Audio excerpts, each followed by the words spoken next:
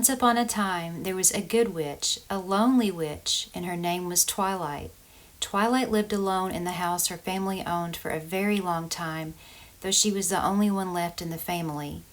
Again, Twilight was a good witch and spent a lot of her time casting spells to help out people of the nearby town. Though she knew none of them, she wanted to.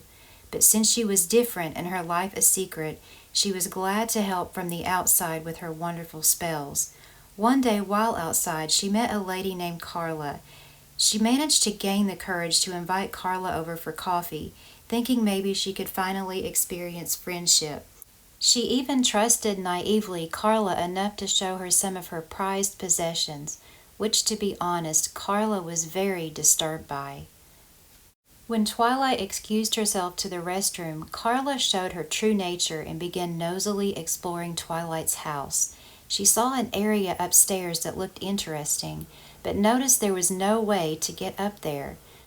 Going back downstairs, Carla saw a magic book on the shelf, and to her surprise, the shelf opened and there was a hidden room. She entered and was appalled at what she saw. It was obvious what Twilight was, so Carla immediately turned and fled the house. Carla went as fast as she could and told everyone she could about Twilight. They became angry and scared that a real-life witch lived in their perfect little town. Twilight saw this in her crystal ball, and for the first time in her life as a good witch, she knew anger. She had trusted Carla, the first time she had ever trusted, and was betrayed. Twilight came up with a plan. She lured nosy Carla back over to her house by telling her she had a huge secret to tell her. Carla couldn't resist. When Carla arrived, Twilight offered some tea they could talk over. As soon as Carla drank the tea, she was deeply asleep. When she woke up, she was in a small, strange room at the top of the house with only a couch, a toilet, and an owl who was there to guard his prisoner. There was no way out but to jump, surely to her death, or to risk being picked apart by the owl. Once a day, Twilight flew up there and gave Carla some food, a smirk, and went about her day. Twilight did wonder for a moment if she should let Carla go, but once betrayed and after all of the good things she had done for all of those people, she was glad she had imprisoned Carla and would surely keep her there for the rest of her days.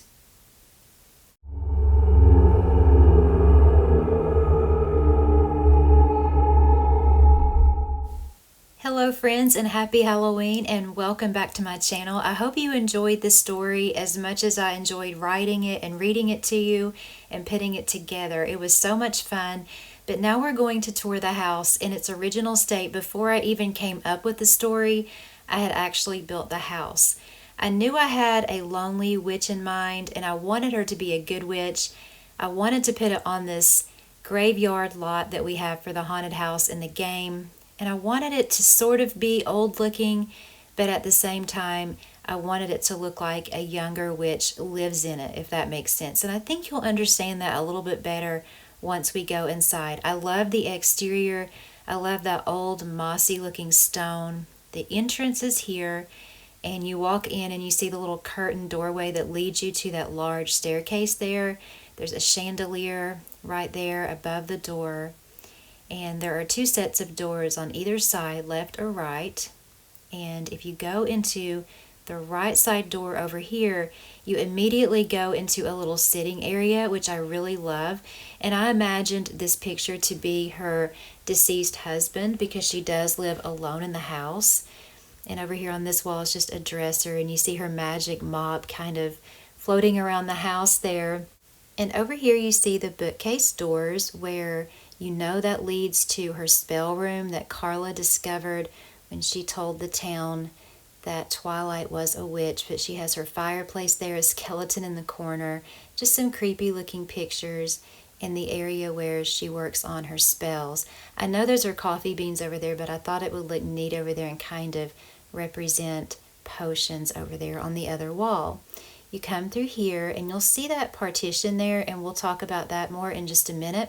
But you come through the doorways here into a really pretty living room. So you can probably already pick up on the style of this house. It's sort of old, but I also wanted it to look really classy, and some things are new as well. I like how that's big and open and has the balcony above. I really like how this old grandfather clock looks against that new brick wall. And you'll see I've also used the Wizard's Cottage doorways mixed with a couple of other different kinds of doors and windows, which I typically don't do, but I think it really suits the build. I didn't want them to all be closed up, all of the rooms with those smaller windows, so I did use some of the larger windows as well, mixed with these that you see here on the wall. This is the dining area here. Again, a little bit of a mix of styles. She has herbs on the wall. Just an older looking table. I thought the farmhouse furniture would work in here. Not too old and fancy, but rather simple, which is the way she sort of lives. So back here is the kitchen. She does still cook on the old wood stove, but at the same time she has kind of a unique looking sink for that style of kitchen anyway. I thought the Latin sink would look good there to kind of make everything look eclectic. And she has some newer countertops. This is where you saw her drinking coffee with Carla. And then here's the back door that goes out to the covered porch where she has the creepy fortune teller. She has a bar area back here, and it's nice and open to the backyard. And there's a better view of that. So let's come back inside and come back around the first floor here. And let's take a look at what's on the other side of the entryway. That is just simply a laundry room where you can see her mop is stored, and it just took off again. And then she has, the washer and dryer there, and in here is just a very simple bathroom. So it has the old looking doors and semi-old sink and toilet, but at the same time everything kind of looks fresh and crisp. So that was kind of the look, if you take a look at the overview of the first floor, that I was going for. So let's go upstairs, and I love this up here. I think this looks really cool for an older looking home. And we have the big wide staircase, just a table over here.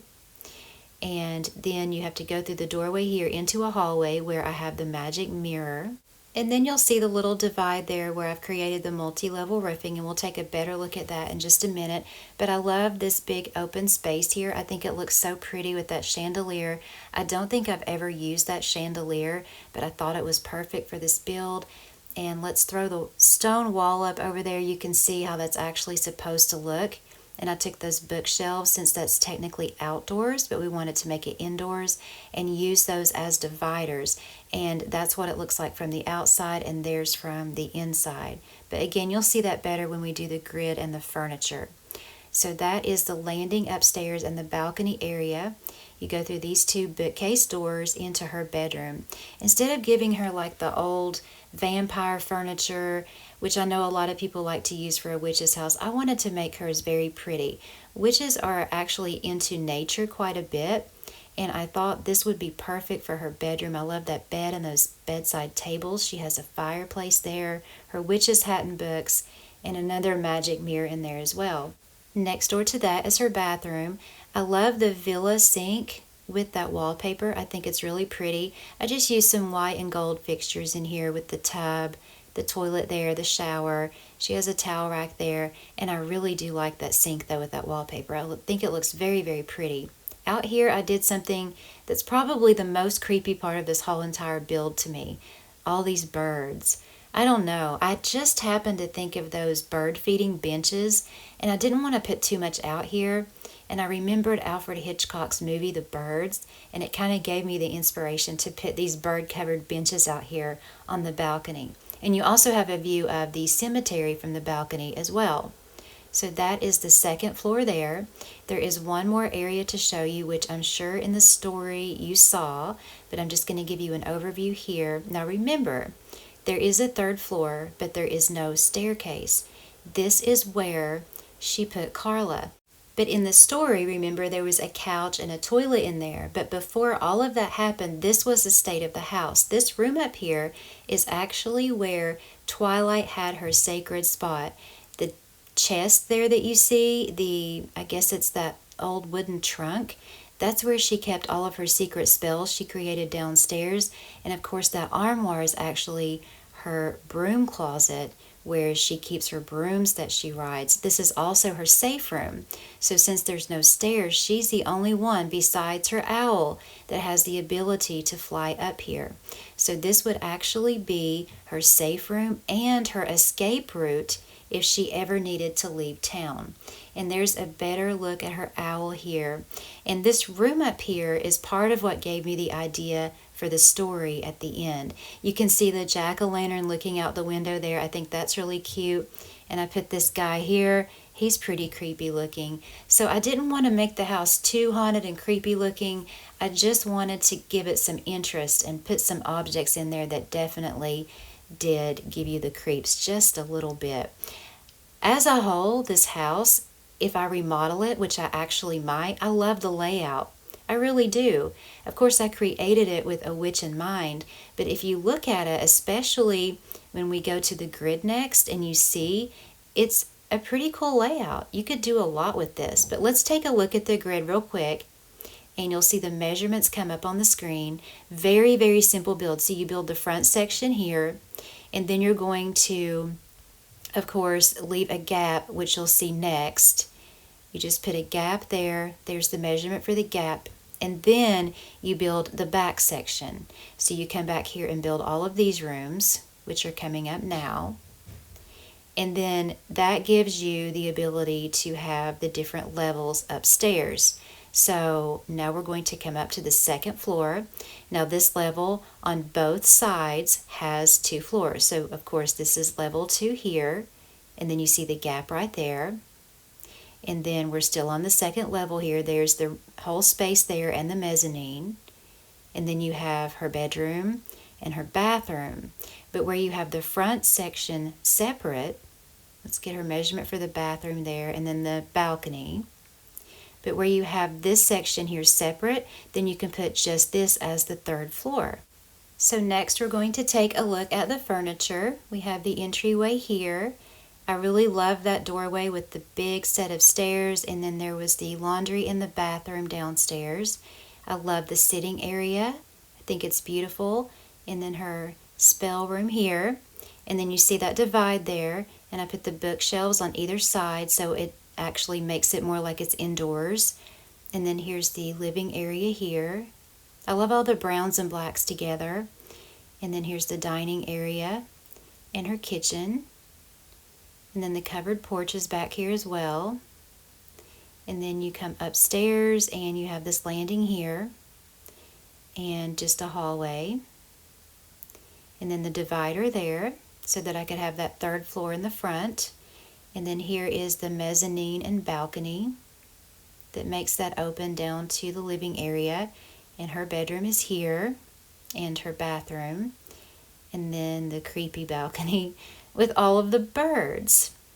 So of course there's no staircase to go up here because she flies up here. She is a witch, but we have the owl, the jack-o'-lantern, and then her secret room up here with her trunk of potions and her broom closet. So that is the tour of the Lonely Witch's house.